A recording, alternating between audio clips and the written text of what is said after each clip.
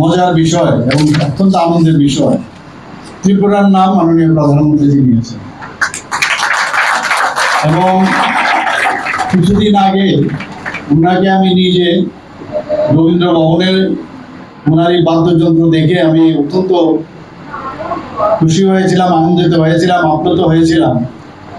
এবং আমি নিজে ওনাকে আমার গলার থেকে রিসা নিয়ে ওনাকে আমি সম্বর্ধনা দিয়ে আমার এখনো মনে আছে।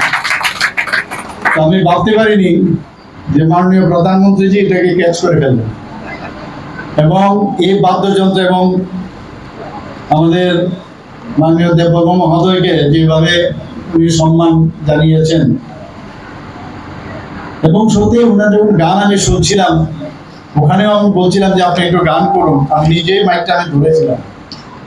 তো আজকে এটা সম্মান উনি পেলেন।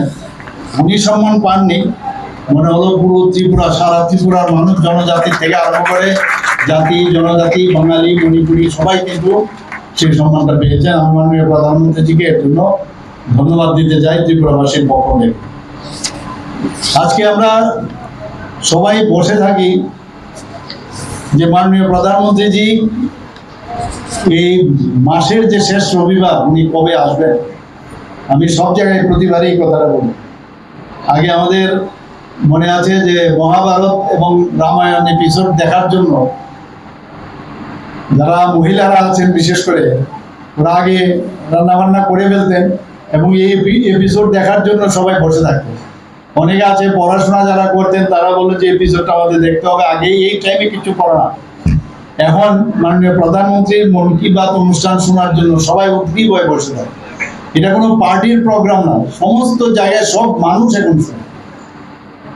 আমার প্রথম শুরুতে যখন মন কি বাত অনুষ্ঠান শুরু হয়েছিল, তখন বিরোধী দলের অনেক নেতৃবৃন্দরা, ওদের কাজই হচ্ছে যে কোনো ভালো জিনিস, যখন কোনো পজিটিভ কোনো চিন্তা ভাবনা হয় তাকে বিদ্রুপ করা। কিন্তু আজকের দিনে আমরা কি দেখতে পাচ্ছি যে মানুষ সেটাকে অ্যাকসেপ্ট করেছে। মানুষ জানে যে কোন জিনিসটা ভালো, কোন জিনিসটা খারাপ। কিছুদিন আগেও আমি দেখেছিলাম প্রাক্তন মুখ্যমন্ত্রী বলছে মন কি বাত এটা আবার কি, কে শুনে। আমি বলেছিলাম আপনি আসুন, নেক্সট মন কি বাত অনুষ্ঠানে আপনাকে আমি নিয়ে যাব এবং আপনি দেখবেন কে কে শুনে আর সারা ভারতবর্ষের কি মানুষ দেখবে। তো ওনাদের কাজই হচ্ছে নেগেটিভ প্রচার করা, খুঁজতে থাকে ঘুম থেকে উঠে কোনো নেগেটিভ কিছু পাওয়া যায় কিনা। এর মধ্যে আপনারা দেখেছেন কিছু কিছু বিষয়ে, এখন তো এই প্রতাপগড়ের ঘটনাও আপনারা সবার জানা যে প্রতাপগড়ে আসা মানে একটা ভয়ঙ্কর পরিস্থিতি ছিল একটা সময়। আমি যখন এখানে এই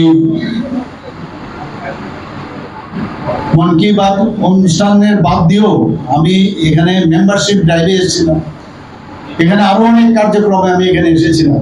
সেখানে আমাদের খুব কষ্ট হতো এখানে এই অনুষ্ঠান করা।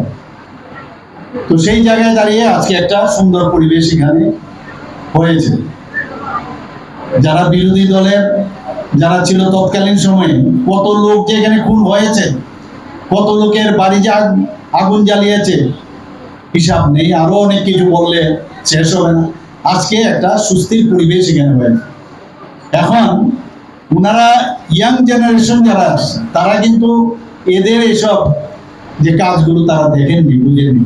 তো ভেবেছে যদি আমরা এখন থেকে আবার নতুন ভাবে কিছু বোঝাই, তার যুবকরা বুঝতে পারবেন না তৎকালীন সময় কি হয়েছিল। এদের এই কাজগুলো মানুষ জানে এবং বারবার এগুলো বলাও প্রয়োজন। যাই হোক, আজকে মাননীয় প্রধানমন্ত্রীজি বারবার যুবকদের প্রতি ওনার যে একটা বিশ্বাস এবং আগামী দিন এই দেশকে যারা এগিয়ে নিয়ে যাবে তাদের প্রতি ওনার সবসময় একটা আশা আকাঙ্ক্ষা, ওনাদের পরামর্শও নেন। সারা পৃথিবীর মধ্যে কোনো রাষ্ট্রপ্রধান, আমি তো জানি না আপনারা জানেন কিনা জানি না, যে কোনো রাষ্ট্রপ্রধান এই মন কি বাত অনুষ্ঠানের মাধ্যমে মানুষের সাথে যোগাযোগ করেন, কোথাও নেই। মাননীয় প্রধানমন্ত্রীজি সেই কাজটা করেন। পরীক্ষা পে চর্চা, যাদের টেনশন কমে তাদের জন্য স্টুডেন্টদের সাথে বার্তালাপ করেন, ওনাদের কাছে জিজ্ঞেস করেন। আর এখন ইচ্ছে করে এই বিরোধী দলের যারা আছে ইন্ডি জোটের এবং অন্যান্য, তারা এই স্টুডেন্টদের কিভাবে ভড়কানো যায় এবং তাদের কোন আন্দোলনকে নিজেদের আন্দোলনে সেটাকে ব্যবস্থা করার জন্য যখন যায়, আলটিমেটলি কিন্তু সেখানে কিন্তু তাদের সেই সেখানে কিন্তু তাদের ঢুকবার কোনো সুবিধা নেই। মানুষ বুঝে গেছে, স্টুডেন্টরা বুঝে গেছে।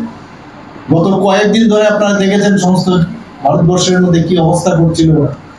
কিন্তু এখন মাননীয় প্রধানমন্ত্রীজি যখন আহ্বান করলেন এবং পরবর্তী সময় যেসব কাজগুলো উনি করেছেন, মানুষ কিন্তু বুঝতে পেরেছে যে অ্যাকাউন্টেবিলিটি এবং মানুষ যা চায়, মানুষের সম্মান, স্টুডেন্টদের যে সম্মান, যুবকদের যে সম্মান, সেটা দিতে যায়।